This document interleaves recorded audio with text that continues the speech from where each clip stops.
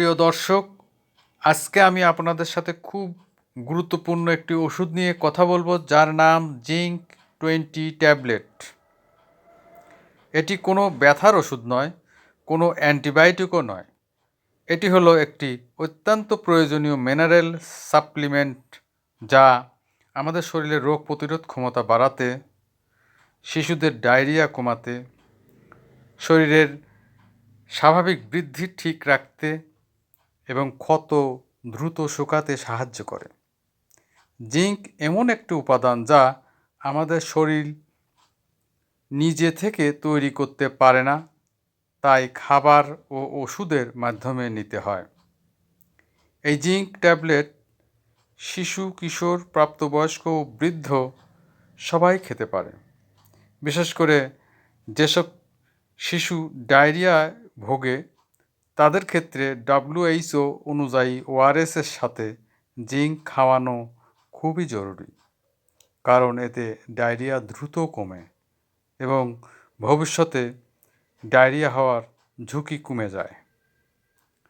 শুধু ডায়রিয়াই নয়, যাদের বারবার সর্দি কাশি হয়, শরীর দুর্বল লাগে, সহজে অসুস্থ হয়ে পড়ে, ক্ষত শুকাতে দেরি হয়, চুল পড়ে, নখ ভেঙে যায় বা খাবারে স্বাদ ঠিকমতো পায় না, তাদের শরীরে জিঙ্কের ঘাটতি থাকতে পারে এবং তখন ডাক্তারের পরামর্শে জিঙ্ক খাওয়া দরকার হয়। জিঙ্ক শরীরের ইমিউন সিস্টেমকে শক্তিশালী করে, ক্ষত সারাতে সাহায্য করে, শিশুদের উচ্চতা ও ওজন বাড়াতে সাহায্য করে এবং বুদ্ধি ও স্মৃতিশক্তি বিকাশেও গুরুত্বপূর্ণ ভূমিকা রাখে। এখন ডোজের কথায় আসি। সাধারণত ভাবে 6 মাস থেকে 5 বছর বয়সী শিশুরা ডায়রিয়ার সময় দিনে একবার 20 মিলিগ্রাম করে, তবে শিশুদের জন্য জিঙ্ক সিরাপ সুবিধাজনক। 10 থেকে 14 দিন খাওয়া যায়। 6 থেকে 12 বছরের শিশুরা দিনে একবার 20 মিলিগ্রাম নিতে পারে।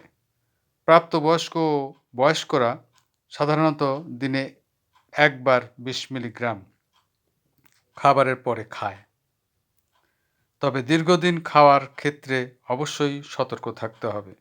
জিঙ্ক খাওয়ার সময় কিছু নিয়ম মনে রাখা দরকার, যেমন খালি পেটে না খাওয়া, দুধ, ক্যালসিয়াম ও আয়রন জাতীয় ওষুধের সাথে একসাথে না খেয়ে অন্তত 2 ঘন্টা গ্যাপ রাখা, কারণ একসাথে খেলে জিঙ্ক ঠিকমতো কাজ করে না।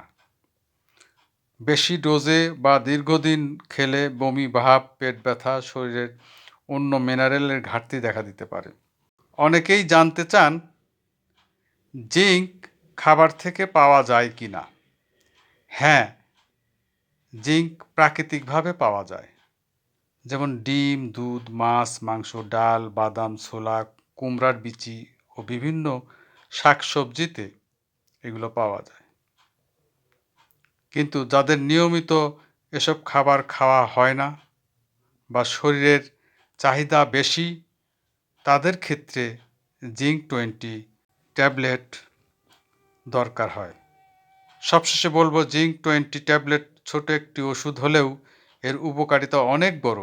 সঠিক বয়সে, সঠিক ডোজে ও সঠিক নিয়মে খেলে এটি শিশু থেকে বৃদ্ধ সবার শরীর সুস্থ রাখতে গুরুত্বপূর্ণ ভূমিকা রাখে।